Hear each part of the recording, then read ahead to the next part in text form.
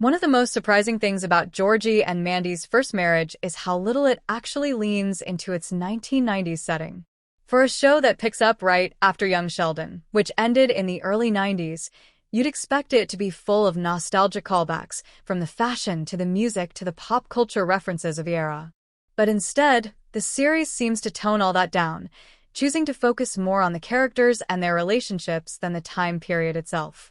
And while that choice makes the story more grounded and emotionally honest, it also makes the show feel a little disconnected from the decade it's supposed to represent. In Young Sheldon, the time period was practically a character in its own right. You could feel the late 80s and early 90s in everything: the hairstyles, the home decor, the mall scenes, and the constant little reminders of where we were in history. Sheldon's obsession with technology and science always reflected the excitement of a world on the brink of big changes, from the rise of personal computers to the early days of the internet. Even Georgie's story as a teenager trying to make money selling tires and car parts felt tied to the economic and cultural realities of small-town Texas in that era. But in Georgie and Mandy's first marriage, a lot of that fades into the background. Sure, the cars and clothes hint at the decade, and the occasional song choice gives a nod to the 90s, but it doesn't have that same immersive feeling. The show almost feels timeless, like it could be set anywhere from 1995 to 2024. That's not necessarily a bad thing, but it's definitely noticeable. Especially for viewers who grew up in the 90s, there's this quiet expectation that the show would give us a nostalgic trip back to that world, something that young Sheldon managed effortlessly. One reason for this might be the tone of Georgie and Mandy's first marriage. It's more mature and more relationship-focused than its predecessor. Instead of centering around quirky family humor or childhood awkwardness, it's about adult responsibilities, marriage challenges, and the struggles of raising a baby while trying to build a life. Those themes are timeless. They don't depend on what year it is. The writers seem more interested in exploring who Georgie and Mandy are as people than reminding us that it's the 90s. And in that sense, the stripped-down setting makes sense. Still, you can't help but feel like something is missing.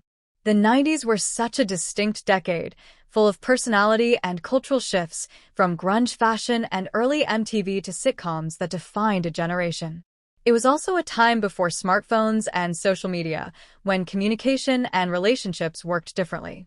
Leaning into that could have given Georgie and Mandy's first marriage a unique charm and texture that sets it apart from modern sitcoms.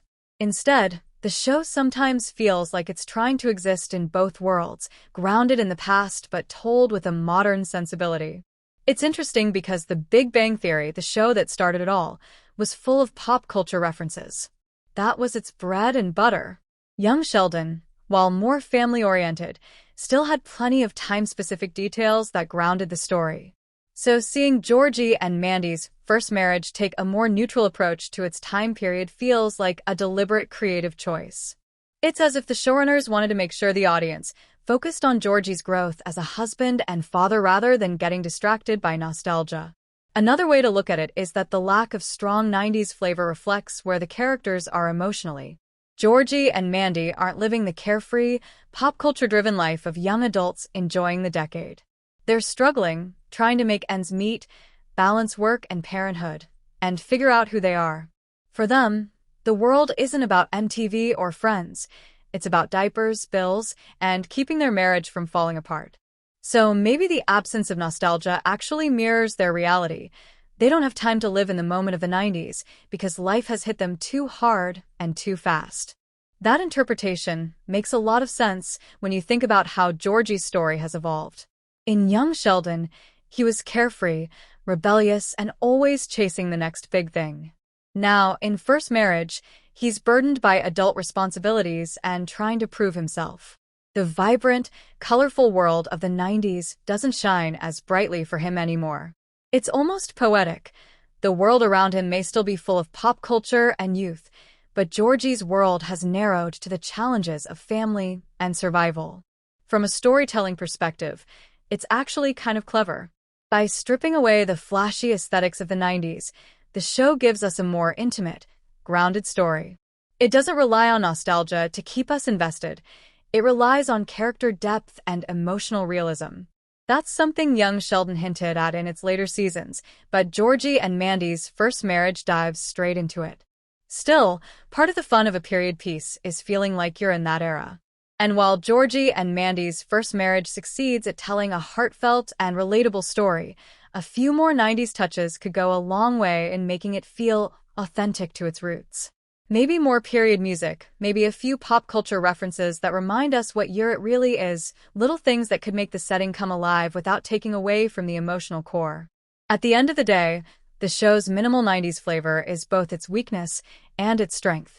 It sacrifices nostalgia for depth, and while that choice makes the series feel more mature, it also means it loses some of the charm that made young Sheldon so distinct. Whether or not that balance shifts as the show continues remains to be seen.